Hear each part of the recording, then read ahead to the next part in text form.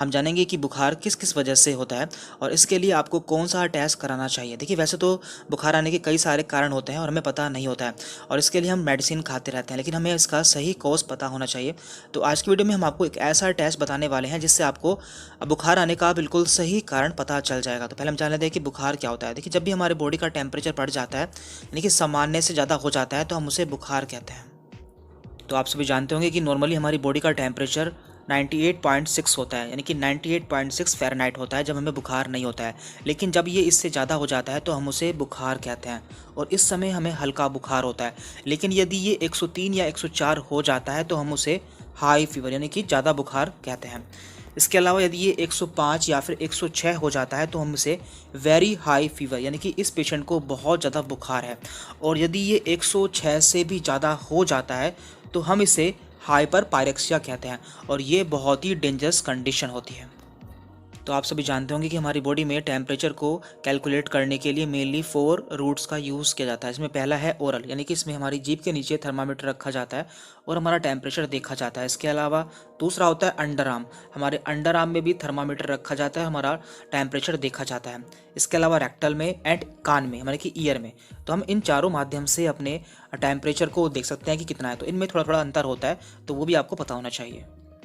तो अब हम जान लेते हैं कि बुखार आने के क्या क्या कारण होते हैं। तो पहले हम यहाँ पर ट्रॉपिकल फीवर्स के बारे में बात कर रहे हैं। इसके बाद हम जानेंगे कि इंडिया में बुखार आने के क्या क्या मुख्य कारण होते हैं। तो देखिए यहाँ पर dengue, malaria, pneumonia, typhoid, meningitis, sepsis या फिर टाइफस, तो ये सभी मेन कारण होते हैं। अब हम बात कर लेते हैं कि इंडिया में मेनली बुखार किस वजह से आता है।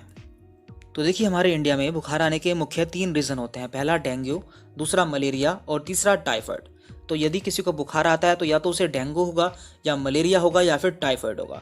अब आप इसमें कोविड को भी ऐड कर सकते हैं, क्योंकि कोविड को भी इस साल से इसमें ऐड कर दिया गया है। लेकिन कोविड कोई ज़रूरी नहीं कि आपको कोविड हो, आपको कोविड के अलावा डेंगू, मलेरिया एंड टाइफाइड भी हो सकता है।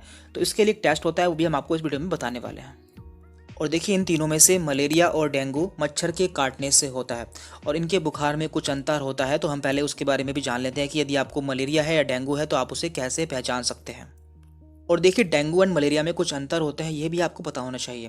तो डेंगू जो फीवर होता है उसे टाइगर मॉस्किटो कैरी करता है या फिर उसे फैलाता है, जबकि मलेरिया को फीमेल एनाफिलीज मॉस्किटो कैरी करता है। अब हम जानते हैं कि इसके सिम्टम क्या क्या होते हैं। देखिए डेंगू में आपको कंटिन्यू फीवर होता है, यानी कि आपको लगातार बुखार आता है, जबकि मलेरिया में आपको इंटरमिटेंट फीवर आएगा, यानी कि आज बुखार आया है, कल बुखार नहीं आया, फिर परसों बुखार आ गया। तो इस तरह से आपको मलेरिया में बुखार आता है। और इसमें खास अंतर ये होता है कि डेंगू में आपके हड्डियों में दर्द होता है। जब भी आपको डेंगू होगा तो आपके हड्डियों में दर्द होगा और आपके शरीर पर रैसेस पड़ जाते हैं, जबकि मलेरिया में ऐसा नहीं होता है। मलेरिया में आपको बहुत ज़्यादा फीवर होता है और आपको कभी बहुत ठंड लगेगी और कभी आपको बहुत पसीना आएगा। तो ये सभी इसके अंतर हैं।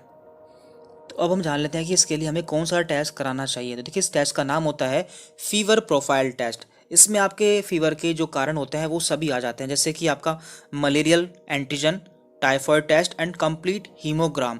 तो इससे हम जान सकते हैं कि हमें फीवर किस वजह से हुआ है। तो यदि आप ये टेस्ट करा लेंगे तो आपको अपने बुखार का कारण पता चल जाएगा। तो हम इसकी रिपोर्ट भी देख लेते हैं।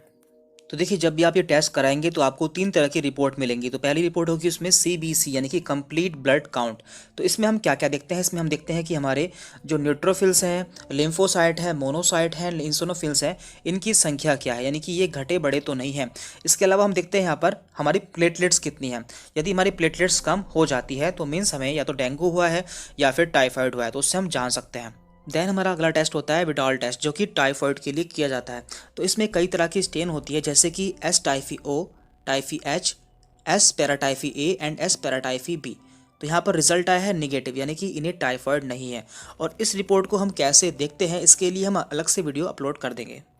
दैन इसके बाद हमारी रिपोर्ट होती है डेंगू की, जिसमें हमें डेंगू की एंटीबॉडी देखनी होती है और यहाँ पर मेथड यूज़ हुआ है एलिसा। तो यहाँ पर देखिए रिजल्ट में दिया हुआ है 4.3 एंड 0.98। मीन्स यहाँ पर दोनों ही जो यहाँ पे स्टेन है वो निगेटिव है, मीन्स इन्हें डेंगू फीवर नहीं है।